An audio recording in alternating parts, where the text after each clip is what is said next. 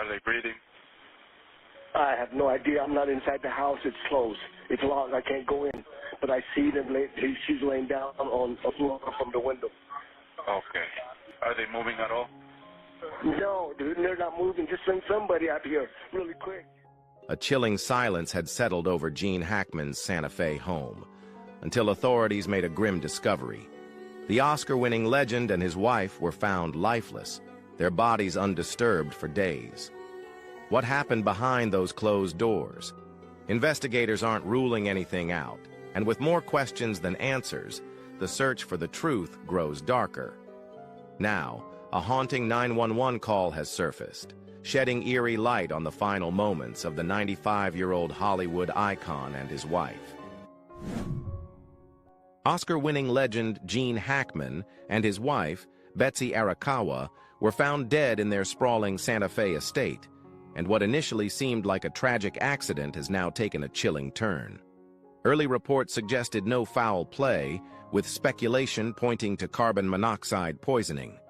But in a jaw-dropping twist, authorities now say their deaths appear suspicious enough to warrant a full-scale investigation.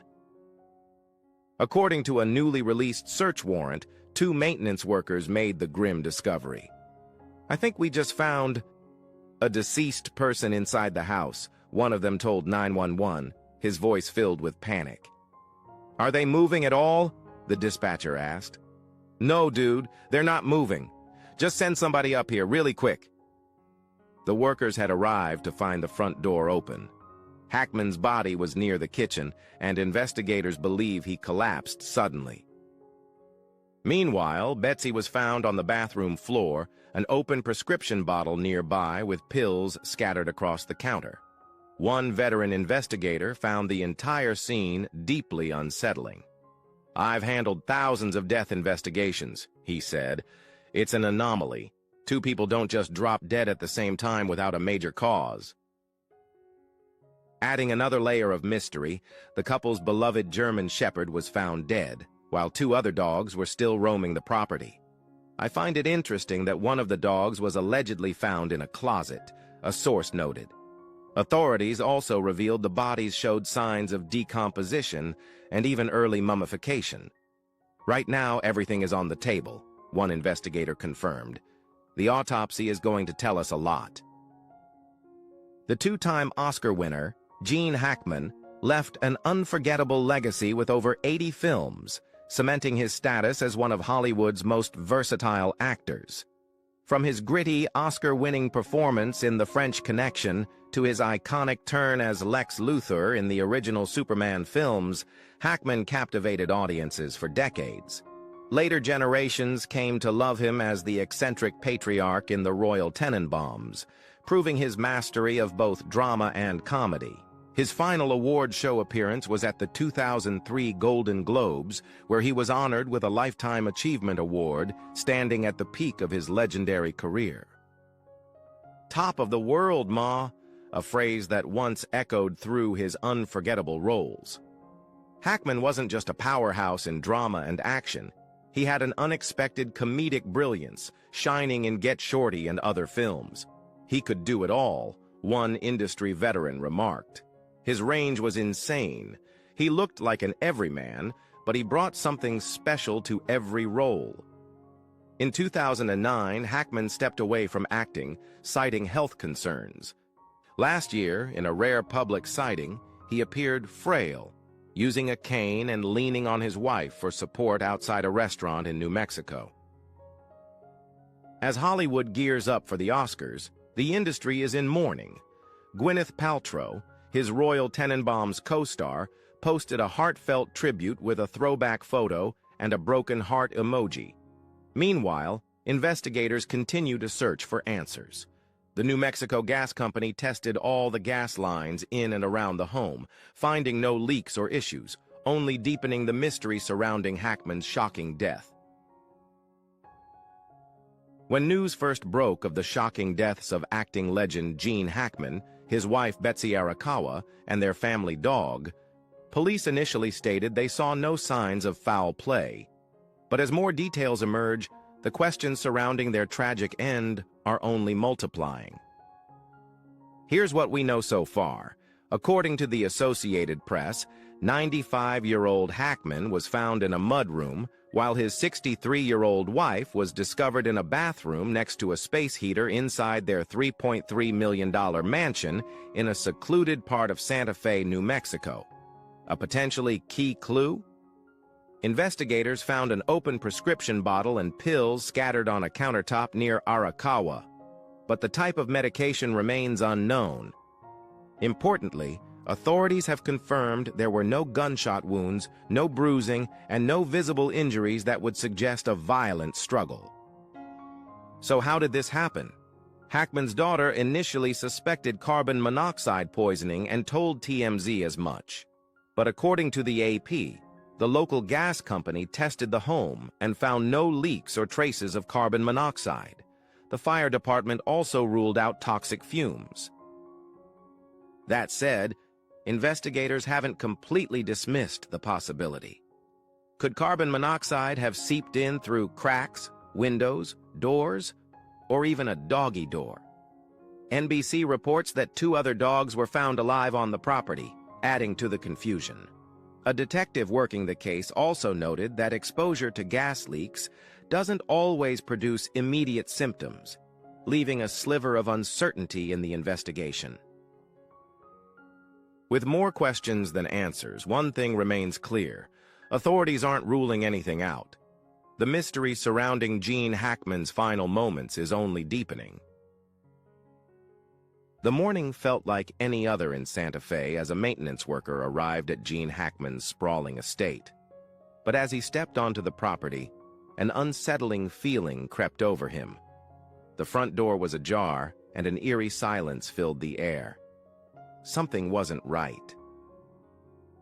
Peering through a window, he caught sight of a lifeless figure sprawled on the bathroom floor. Panic set in as he fumbled for his phone, calling for emergency responders. His voice was rushed, shaken. There was no movement inside, no sign of life. Minutes later, authorities arrived to a scene frozen in time. Hackman was found in the mudroom, still dressed in casual clothes. A shirt, sweatpants, slippers. His cane and sunglasses lay nearby, as if he had been in the middle of something before suddenly collapsing. His wife, Betsy Arakawa, lay motionless in the bathroom near a space heater, an open prescription bottle on the counter, pills scattered beside it. The workers admitted they rarely saw the couple and hadn't had contact with them in weeks. There were no signs of forced entry, no visible injuries, and nothing to immediately suggest foul play. Just 2 people and a beloved family dog, gone without a clear explanation. What had really happened inside that house? The mystery was only beginning. Gene Hackman and Betsy Arakawa had been married since 1991, their decades-long partnership marking a quiet, enduring love away from the Hollywood spotlight. But now, the legendary actor's passing has left the industry in shock, with tributes pouring in from film greats like Morgan Freeman, Antonio Banderas, and Clint Eastwood. A 5-time Oscar nominee and 2-time winner, Hackman was widely regarded as one of the greatest actors of all time. His career spanned over 40 years, delivering unforgettable performances, from his gritty, career-defining role in The French Connection to his commanding presence as the coach in Hoosiers. His impact on film was undeniable, and his sudden death has only deepened the mystery surrounding his final days. Santa Fe, New Mexico, a quiet enclave for artists and Hollywood elites, now finds itself at the center of yet another high-profile investigation. The same sheriff's office handling Hackman's case was also responsible for investigating the Rust movie set shooting involving Alec Baldwin. With initial reports downplaying foul play, only for questions to mount in the hours following the discovery, the circumstances surrounding Hackman's death remain murky. As the investigation unfolds, one question lingers. How did one of Hollywood's greatest icons meet such an unexpected and unsettling end? The Santa Fe Sheriff's Office has stated there is no evidence of foul play in the deaths of legendary actor Gene Hackman and his wife, Betsy Arakawa. But the circumstances surrounding their passing are anything but ordinary. Authorities are now faced with a tragic and puzzling case, as more questions arise about what truly happened inside their secluded $3.3 million estate. No one had reportedly seen Hackman or his wife for about 2 weeks. Their absence wasn't immediately alarming. After all, the Hollywood legend had lived a quiet life away from the public eye since retiring from acting in 2009. But on Wednesday morning, a maintenance worker assigned to their high-end gated subdivision made a shocking discovery. Arriving for routine work, he noticed the front door was open. Something felt off. As he cautiously approached the property, he spotted what appeared to be lifeless bodies inside the home. Overcome with alarm, he placed a frantic 911 call, his voice filled with urgency as he struggled to describe what he was seeing. When sheriff's deputies arrived at the scene, what they found only deepened the mystery. Hackman was discovered lying in the mudroom, still dressed in a t-shirt, sweatpants, and slippers. His cane and sunglasses lay nearby, as if he had suddenly collapsed mid-step. Arakawa was found in a bathroom near a space heater, with an open prescription bottle and scattered pills on the countertop. Their beloved German Shepherd was also found dead, inside a closet. Meanwhile, 2 other dogs were still roaming the property, seemingly unharmed. The front door had been left ajar, but there were no signs of forced entry. Nothing had been stolen. The home didn't appear ransacked. Investigators noted no visible wounds, no bruising, no blood, no immediate indicators of violence, and yet both bodies had already begun mummifying, suggesting they had been there for an extended period. This raised more concerns about how 2 seemingly healthy individuals, along with one of their dogs, could have suddenly died without any clear cause. At first, speculation turned to carbon monoxide poisoning. Hackman's daughter reportedly told TMZ that she believed this was the explanation, but when the local gas company and fire department tested the home, they found no leaks, no traces of carbon monoxide, and no toxic fumes. This only made the case more perplexing. Investigators have not ruled out the possibility that carbon monoxide could have entered the home through unexpected sources, such as cracks in the walls, windows, doors, or even the doggy door. But the presence of 2 living dogs at the scene made that theory less likely. With no definitive answers, speculation continues to grow. The same Santa Fe Sheriff's Office investigating Hackman's case is no stranger to high-profile Hollywood incidents.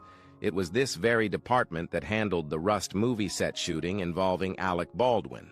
Now, once again, they are faced with a case that has captured national attention, yet provides few concrete explanations. Authorities say they are keeping all possibilities on the table. As the investigation continues, one question lingers. How did Gene Hackman, his wife, and their dog meet such an unexpected and unexplained fate?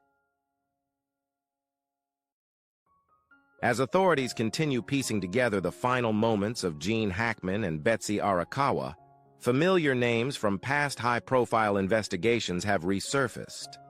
The Santa Fe Sheriff's Office, the same department that handled the Rust movie set shooting involving Alec Baldwin, is leading this inquiry.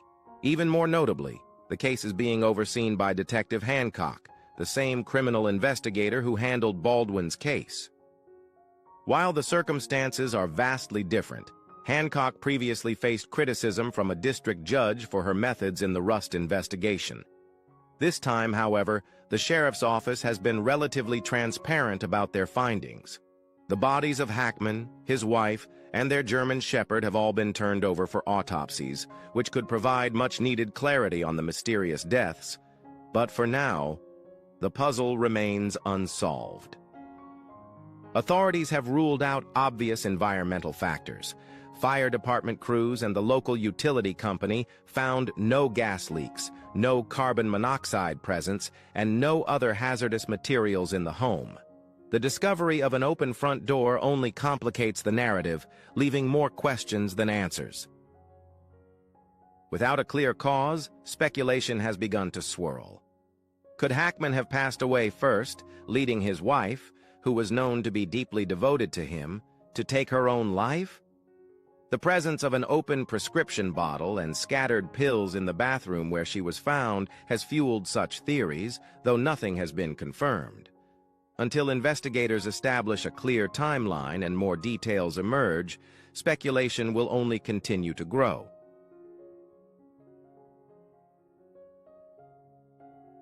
For decades, Gene Hackman was a familiar yet unintrusive figure in Santa Fe. Despite being one of Hollywood's greatest actors, he lived like any other longtime resident, grabbing meals at local diners, shopping in neighborhood stores, and blending into the town's laid-back atmosphere. His wife, Betsy Arakawa, had even invested in a few local businesses, further embedding them into the community. Those who knew him described him as kind, unassuming, and someone who valued his privacy. But as the years passed, Hackman retreated further from public life. At 95, he had visibly slowed down, and his once regular appearances around town became rare. Still, in a place like Santa Fe, particularly in the ultra-exclusive gated enclave where he lived, this wasn't unusual. Many celebrities and high-profile figures call the area home, drawn to its breathtaking views, sprawling estates, and the kind of seclusion that allows them to live uninterrupted. His $3 million estate sat high on a ridge, offering panoramic views of the mountains and city below. The home's remote location meant that if he and his wife weren't venturing out, they could go unnoticed for long stretches of time. That's exactly what happened. For nearly 2 weeks, no one had seen or heard from the couple.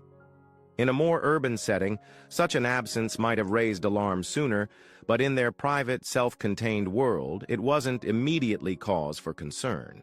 It wasn't until a maintenance worker arrived to check on the property that the grim discovery was made. Now, as investigators try to untangle the events that led to their deaths, Hackman's peaceful retreat has become the center of a mystery, one where silence and solitude may have hidden a tragedy for far longer than anyone could have imagined. As the mystery surrounding Gene Hackman's death deepens, the Santa Fe Sheriff's Office finds itself once again at the center of a high-profile case, one that could reignite the same criticisms it faced during the Rust movie set shooting investigation. The very same detective who led the Baldwin case and whose methods were heavily scrutinized during that trial is now handling the Hackman case. The Rust case became a media firestorm, with the sheriff's office coming under fire for its handling of evidence and investigative procedures. Baldwin's defense team repeatedly questioned the lead detective's credibility, and the trial judge expressed outright skepticism about aspects of the investigation. In the end, the department faced a significant amount of backlash, both from legal experts and the public. Now, with another Hollywood tragedy unfolding under their watch, there's a renewed spotlight on their investigative process. The Hackman case presents a unique challenge.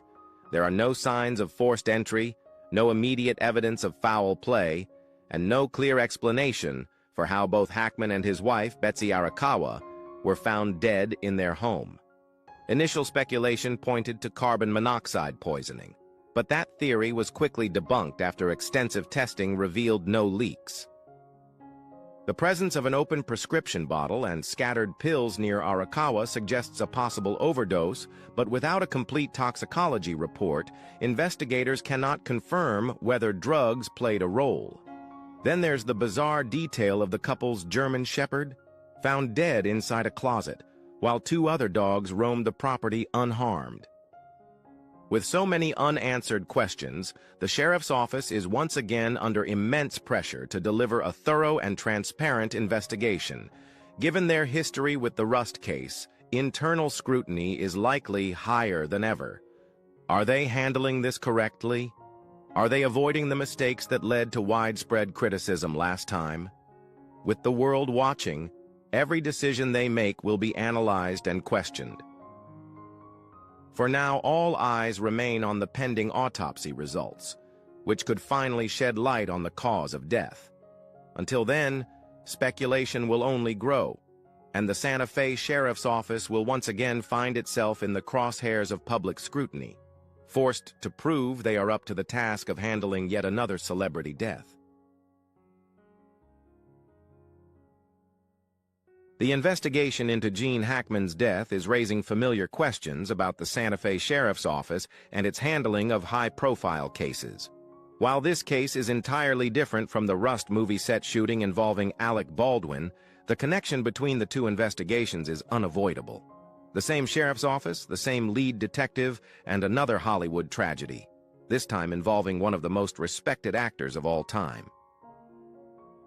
The Rust case was a legal and media circus, with Baldwin at the center of an accidental on-set shooting that resulted in the death of cinematographer Halyna Hutchins. The sheriff's office faced a wave of criticism for its handling of the case from the very beginning. Their response was widely scrutinized, with trial footage showing errors in evidence collection, investigative procedures, and how deputies initially assessed the chaotic scene at the movie ranch. Those missteps became key points of contention in court, where Baldwin's defense team, along with legal experts, questioned the credibility of the investigation. The trial judge also raised concerns about the approach taken by the lead investigator, who is now handling the Hackman case. Given that history, there's a heightened expectation that law enforcement will be extra meticulous this time around. If the Rust case taught them anything, it's that their methods will be dissected, and any misstep could once again be picked apart by legal teams and the public. While there are no reports of foul play in Hackman's case, and no witnesses to interview, this is shaping up to be an expert case, one where the cause of death will rely heavily on forensic evidence, toxicology reports, and expert analysis rather than traditional criminal investigative methods. The unanswered questions remain troubling. Why were Hackman and his wife, Betsy Arakawa, not discovered sooner? How did both of them, along with their dog, die in their home without any clear external cause? What role, if any, did the open prescription bottle and scattered pills play? And why were two other dogs alive while their German Shepherd was found dead in a closet? With speculation growing and autopsy results still pending, the Santa Fe Sheriff's Office once again finds itself under a microscope. This time, they cannot afford to make the same mistakes. As the investigation into Gene Hackman's death continues, authorities are now turning to pathologists and forensic specialists to provide answers where none currently exist. With no immediate signs of foul play, no forced entry, and no clear cause of death, this case will rely heavily on science to determine what really happened inside the secluded Santa Fe mansion. Autopsies will be critical in determining the exact cause of death for Hackman, his wife Betsy Arakawa, and their German Shepherd. Toxicology reports will likely play a major role, especially given the presence of an open prescription bottle and scattered pills found near Arakawa in the bathroom. Investigators will be looking for any traces of medication, poisons, or unknown substances in their systems. The condition of the bodies, reportedly showing signs of decomposition and early mummification, suggests they had been deceased for some time before being discovered, further complicating the timeline. Another crucial question is whether any security footage or digital records might shed light on their final moments. Were there surveillance cameras on the property? Did Hackman or Arakawa's cell phones register any outgoing or incoming communications in the days leading up to their deaths? Any digital footprint, texts, calls, emails, could provide a crucial missing piece to the puzzle. In many ways, the Hackman case shares similarities with the Rust investigation, not in circumstances, but in the way it is being handled. Both involve a Hollywood figure, an unexpected death, and an intense level of public scrutiny. However, this case lacks a clear act of violence or a high-profile figure facing criminal charges. Instead, what makes this story so gripping is the sheer lack of answers. It's the unknowns that have made this headline news across the country. How did two people and their dog suddenly die in their own home with no clear cause? With few immediate leads, the weight of this investigation now falls on forensic science to provide an explanation. Until the autopsy results come in, speculation will only grow. In Santa Fe, a city known for its quiet luxury and celebrity residents, the death of Gene Hackman has sent shockwaves through the community. While the town is no stranger to famous names, many Hollywood elites own second or third homes there, Hackman was different. He wasn't just a part-time visitor, he was considered a local. For years, the Oscar-winning legend was a familiar face around town. Unlike some celebrities who crave isolation, Hackman embraced the city's laid-back culture. He ate at the same diners as everyone else, shopped at local stores, and was never one to put on airs. His wife, Betsy Arakawa, invested in local businesses, further cementing their ties to the community. Santa Fe has long been a place where high-profile figures can go about their lives undisturbed, and Hackman was no exception. People respected his privacy, but he was well-liked, known as a down-to-earth and genuinely kind person. However, as the years passed, Hackman withdrew from public life. About a decade ago, he stopped appearing in town altogether. Those who once saw him regularly noticed his absence, but it wasn't questioned. He was in his 90s, after all, and likely slowing down. But now, with his mysterious passing dominating headlines, Santa Fe residents find themselves looking back, piecing together the last memories they have of a man who had quietly become one of their own. While his career cemented his place in Hollywood history in Santa Fe, he was more than just a legend, he was a neighbor. And today, the town is mourning not just the loss of an acting icon, but the loss of one of their own.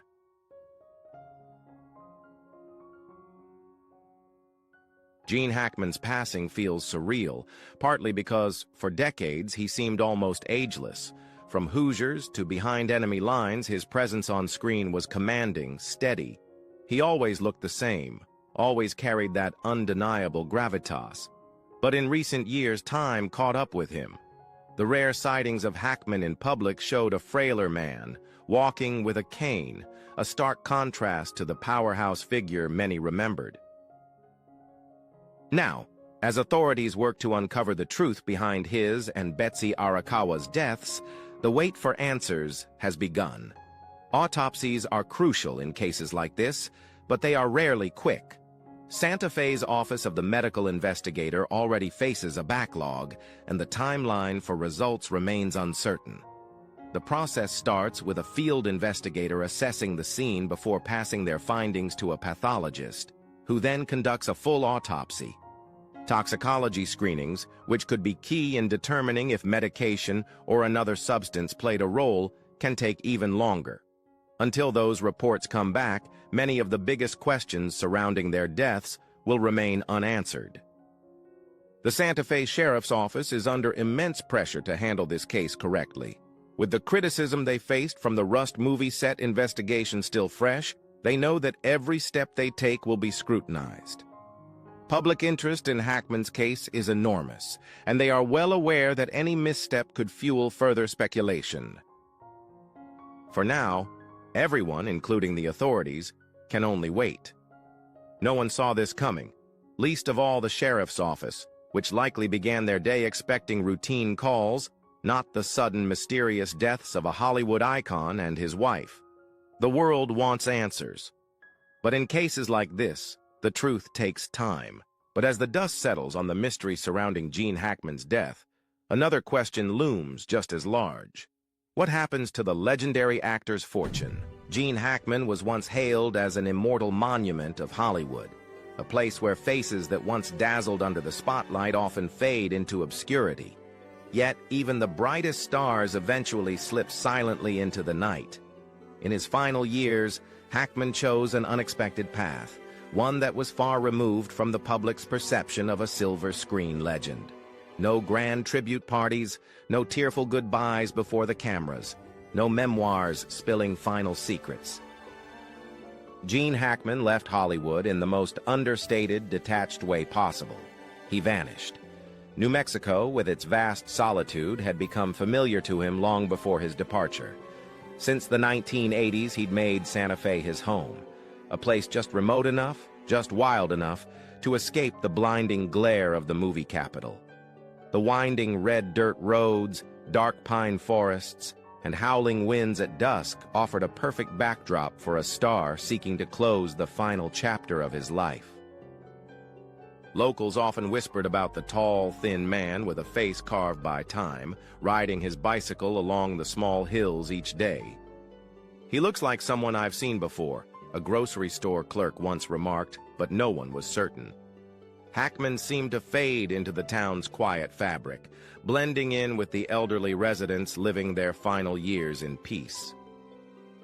Hollywood never stopped trying to draw him back. Offers from ambitious directors, scripts written specifically for him, all attempts to break the silence he had so carefully built around himself. "I've said everything I need to say," Hackman once replied in a rare interview. By the time he turned 90, fame and fortune had long since lost their appeal.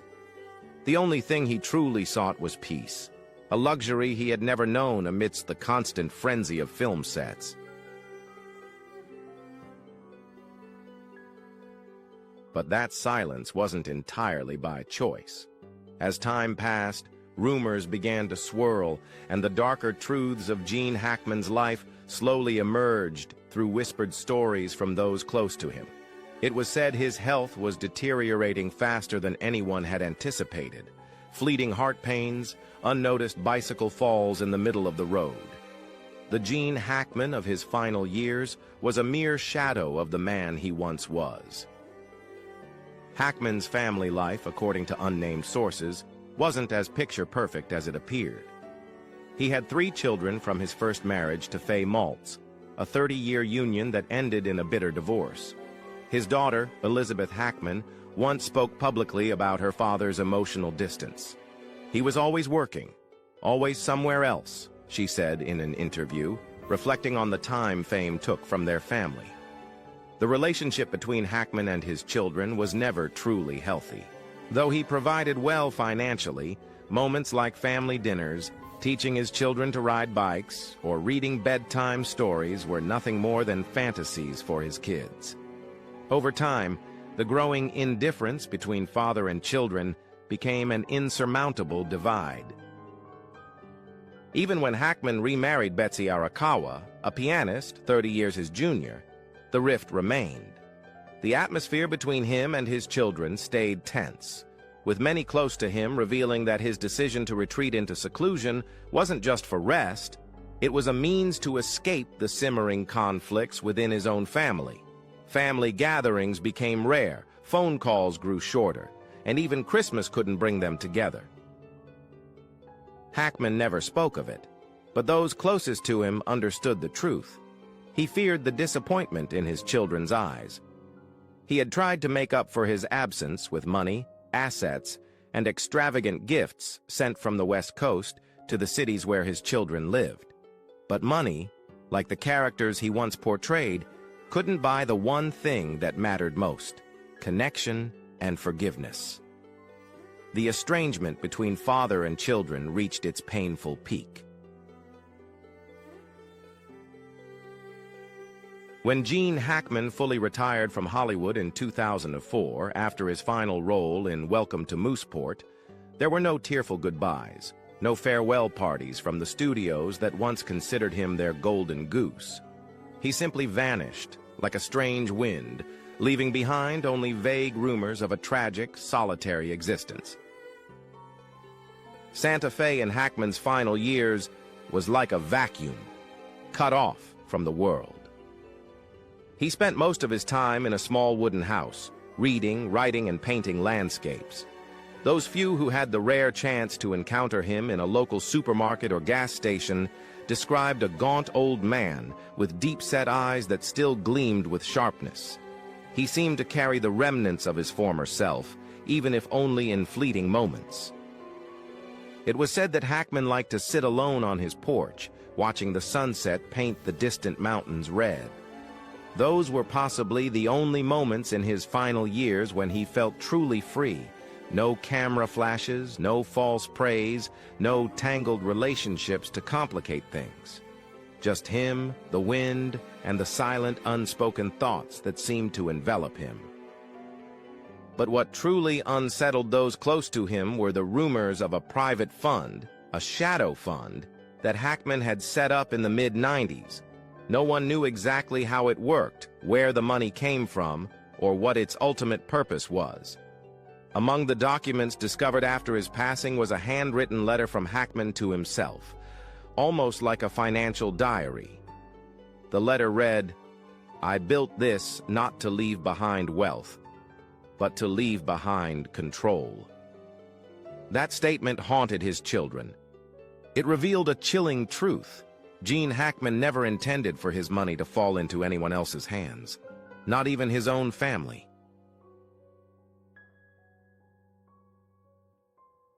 As rumors about Gene Hackman's health spread, Hollywood media began scrambling for any final clues about his life. Some suggested that Hackman had secretly written a will years ago, carefully dividing his assets into various accounts to ensure they couldn't be contested. Others speculated that he had established an anonymous charity, pouring much of his fortune into it as a silent atonement for the children he had abandoned. The more Hackman disappeared from the public eye, the more he became the subject of countless conspiracy theories and fabricated stories. But in his small house in Santa Fe, he quietly spent his final days, leaving behind not only a brilliant career, but a collection of mysteries that lingered long after his eyes closed. The only way to truly end a story, it seemed, was to disappear from it entirely. Gene Hackman wrote his own conclusion by leaving the world in a way no one expected. The news of his passing was announced on a gray morning, just before the sun had even crested over the red peaks of New Mexico.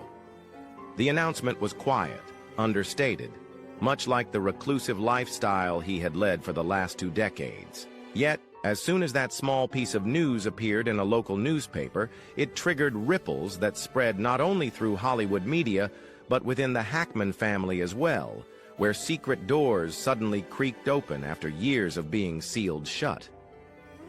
The Hackman family had never fully understood the extent of his wealth. With the image of a Hollywood legend, 2 Oscar statuettes in hand, and a lifetime of prestigious red carpet appearances, it was never in doubt that Hackman had amassed a fortune.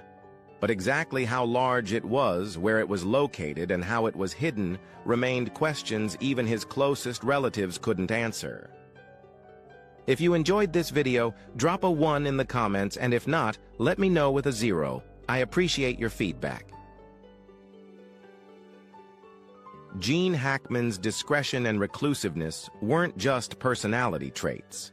They were an art form, a strategy he executed flawlessly right until his final moments. Initially, his family believed the process would be straightforward.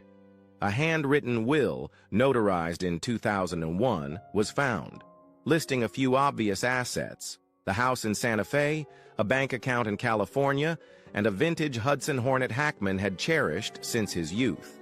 The total estimated value was less than $5 million, a meager sum compared to his legendary reputation and illustrious career. But as they sifted through more old documents, the deeper they delved into seemingly anonymous bank accounts, a completely different picture began to unfold. The name Gene Hackman, it turned out, didn't just exist in the world of cinema. Since the 1990s, at the peak of his career, Hackman had begun quietly constructing a complex financial network interwoven with real estate, stocks, anonymous investment funds, and money discreetly transferred abroad. Hackman wasn't just a brilliant actor, he was a master of concealment in the financial world. The first to uncover this trail was the family lawyer, an elderly man who had worked with Hackman since the 70s. Amidst the dusty papers found in a wooden chest in the Santa Fe warehouse, handwritten letters and internal memos about a series of clandestine transactions were discovered. There were investments in fledgling tech companies, suburban Nevada land funds, and solar power plants in New Mexico, all registered under shell companies with no direct link to Hackman.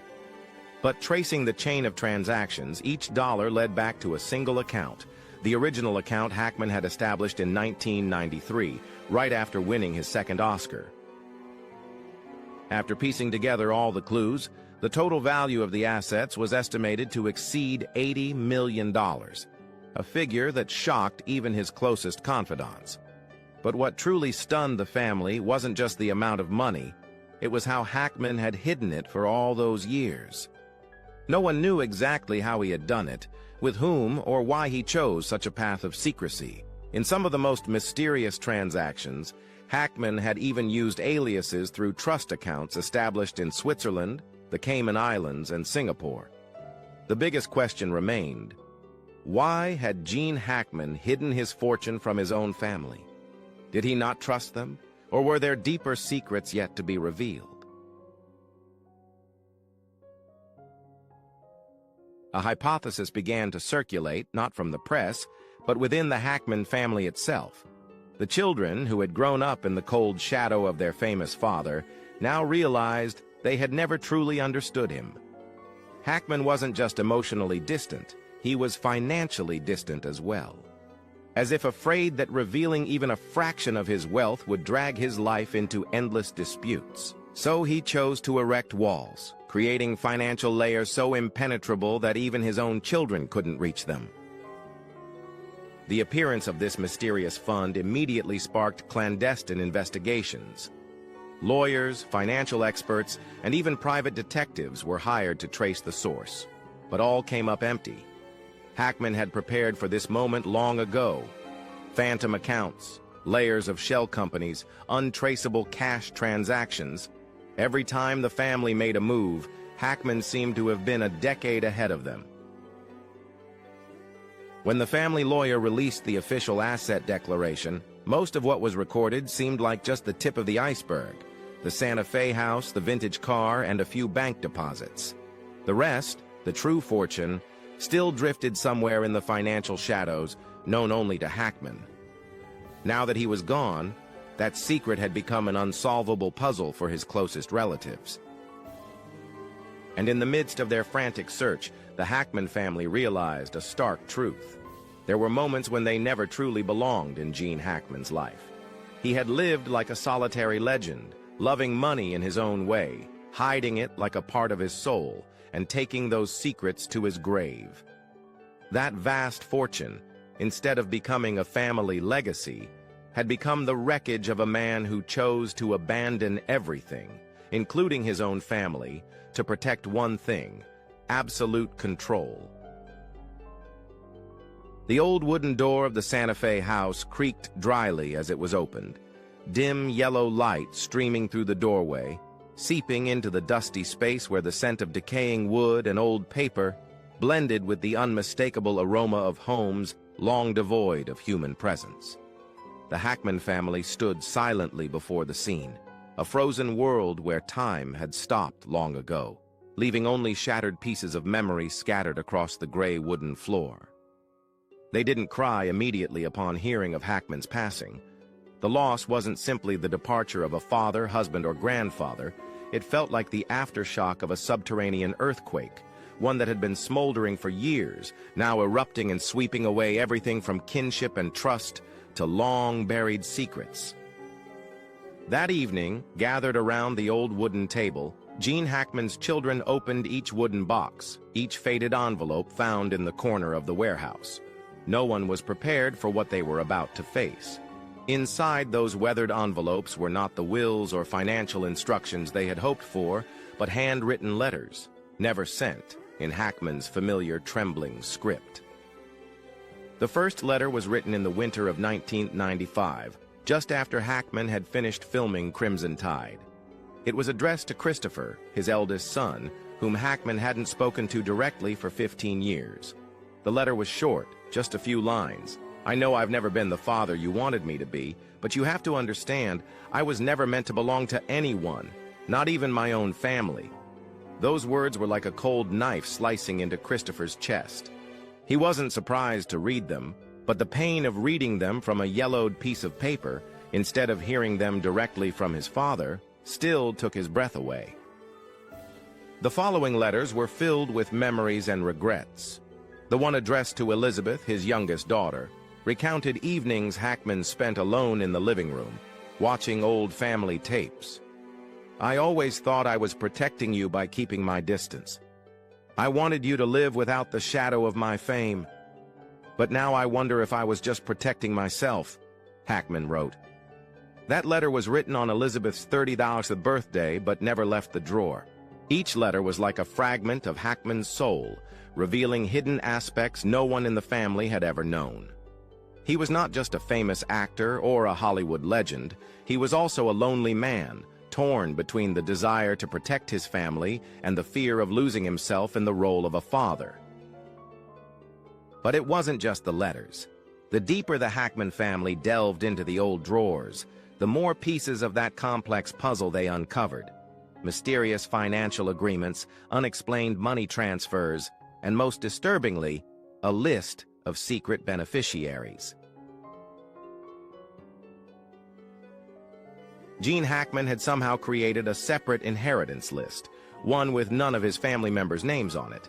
Instead, millions of dollars were transferred to strangers, a childhood friend in California, a former assistant who had retired in the 80s, and even a waiter at Hackman's favorite restaurant in Santa Fe. Why had Hackman chosen them? And why had his own family been excluded? No one could answer. But the shock and resentment that filled the room hit like crashing waves, submerging each family member in an inescapable emotional storm. The first argument erupted that night. Christopher slammed his fist on the table, his voice hoarse with anger. He never trusted us. Everything we thought we knew about him was a lie. He lived his whole life as an actor, and even in death, he was still acting with his own family. Elizabeth burst into tears, not from anger, but from pain. She clutched the old letters to her chest as if they were the last remaining piece of the father she had once idolized. Childhood memories of Sunday mornings, when Hackman sat reading the newspaper by the window, all suddenly faded before the harsh truth. Betsy Arakawa, Hackman's second wife, sat quietly in the corner of the room. Throughout their years together, she had never truly understood the man she called her husband. Hackman's weekly disappearances, rushed phone calls, and unannounced trips, all of it now formed a complete picture. Hackman wasn't just distant from his children, he had built walls even between himself and his life partner.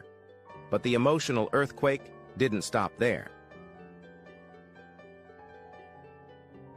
When the family lawyer released the list of secret accounts that Hackman had left behind, the Hackman family was nearly paralyzed.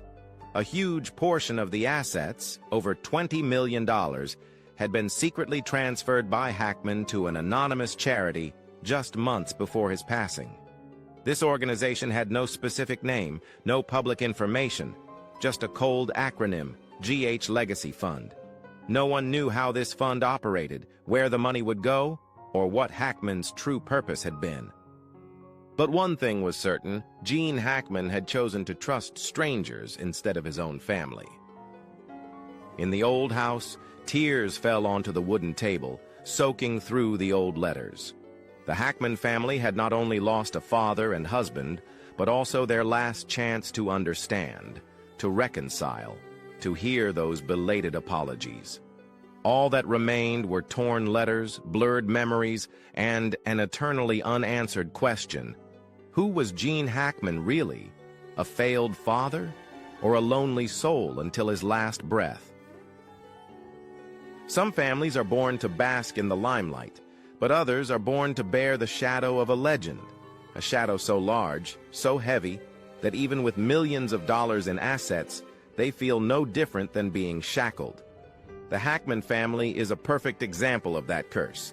The name Gene Hackman was not just a source of pride for Hollywood, but also a silent haunting for those who carried his blood. Christopher and Elizabeth, two children who grew up in the shadow of their father's fame, never escaped the label of Gene Hackman's children. Even as adults, with their own lives, the Hackman name followed them like a shadow. Their father's success didn't leave them with motivation. It left them with an invisible curse of comparison. Any achievement they made was measured against his Oscars, his iconic roles, never enough, never within reach. And when the secret doors to Hackman's wealth opened after his and Betsy Arakawa's deaths, that burden didn't lessen. It only tightened, turning into golden shackles, glittering but tighter than ever. As the lawyers began reading the hundreds of pages of Hackman's will, each word seemed to detach from the paper, hovering in the silent room in Santa Fe. The assets, over $80 million, were clearly listed. Real estate, shares scattered across California and New Mexico, art collections, vintage cars, and secret investments. No one in the family had ever known the extent of it. We truly appreciate you for sticking around and watching our video. Leave a 2 in the comments to let me know you are still here with us. No one knew about the true extent of Hackman's assets, but along with those riches, he left behind a series of inheritance conditions that were chillingly strict. No family member was allowed to exploit the Gene Hackman name.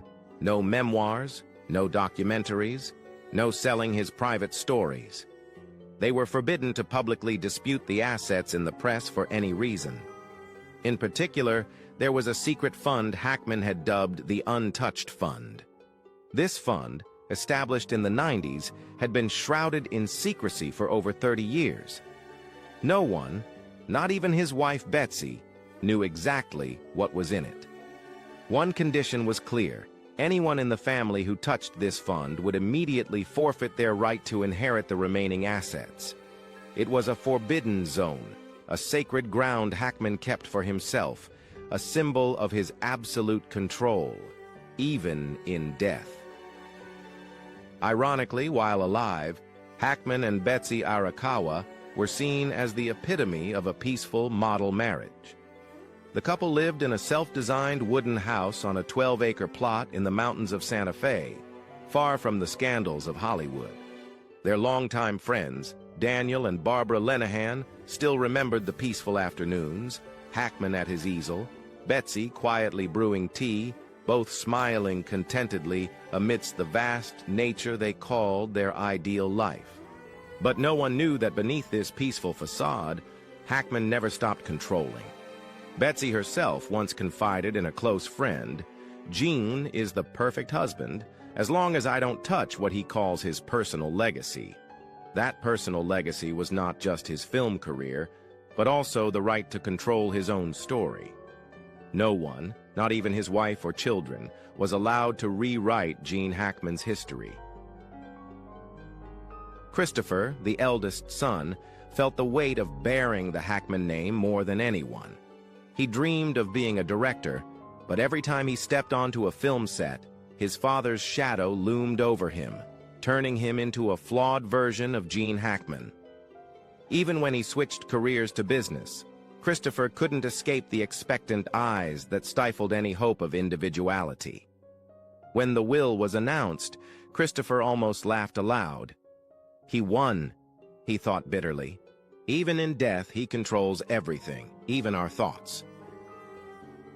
Elizabeth, the youngest daughter, the child who always hid in unfinished paintings, had hoped her father would leave her some sense of freedom. But the cold will extinguished that last hope. Not a single line mentioned emotions, not a single personal message from Hackman, only rules, clauses, and threats of disinheritance.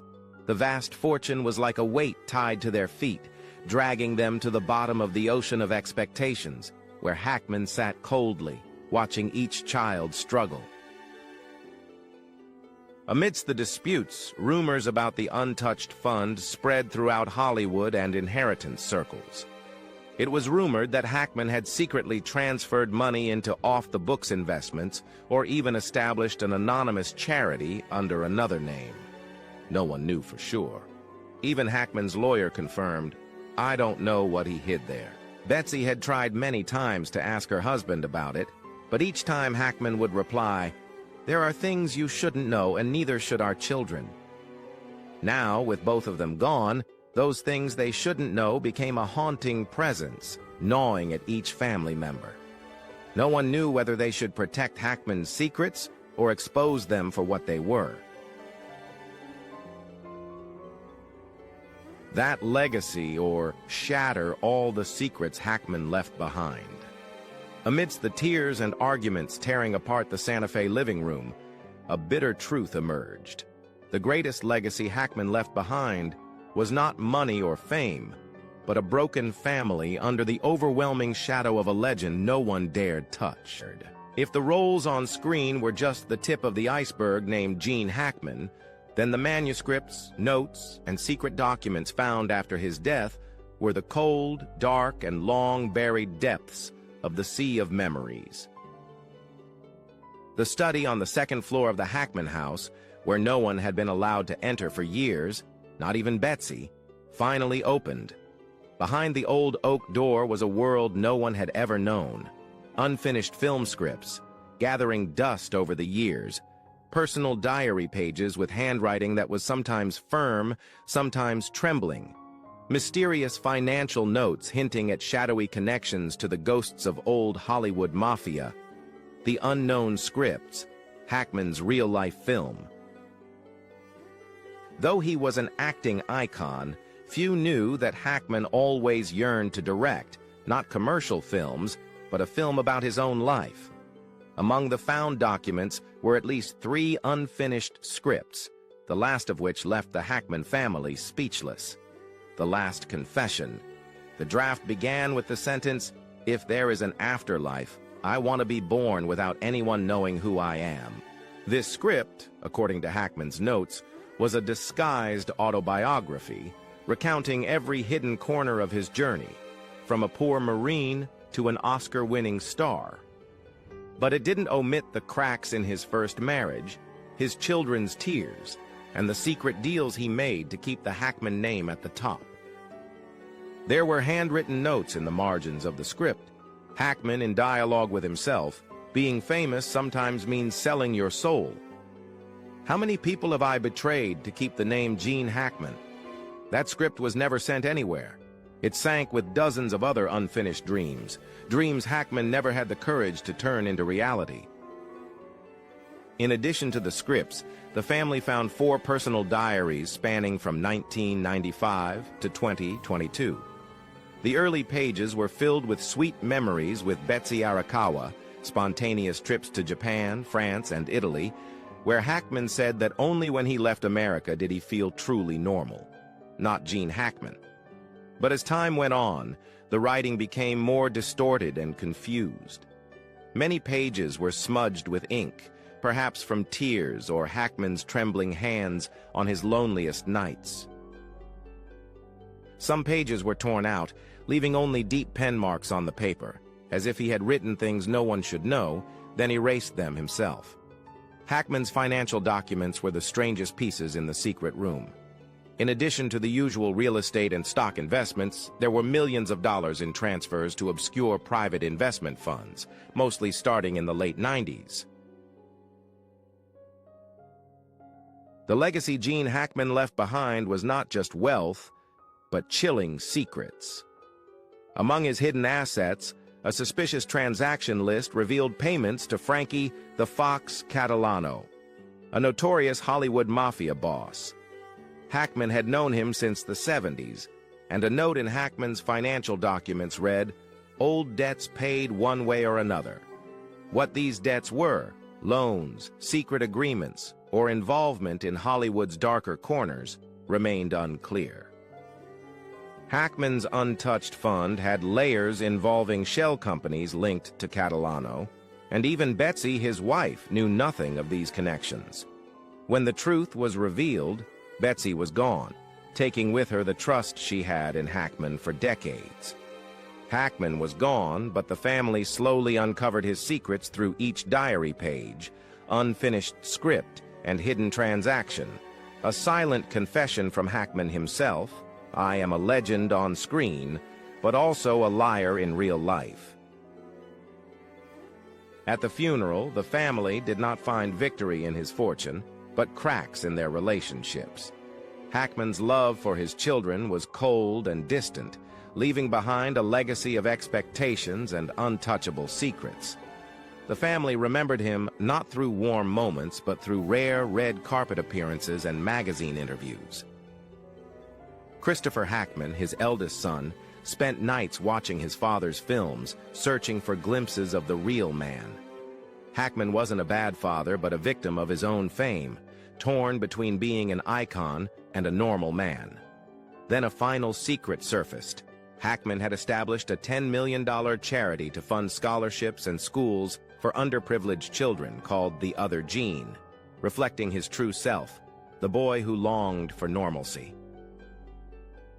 This secret atonement was his way of showing his children that he never forgot who he was. Hackman's life was filled with memories, but when the lights went out, only the echoes remained. His family inherited a mountain of wealth, but it was the shattered pieces of love and trust that weighed most heavily. The Oscar statuettes could be dusted, but the wounds in their hearts, nothing could heal.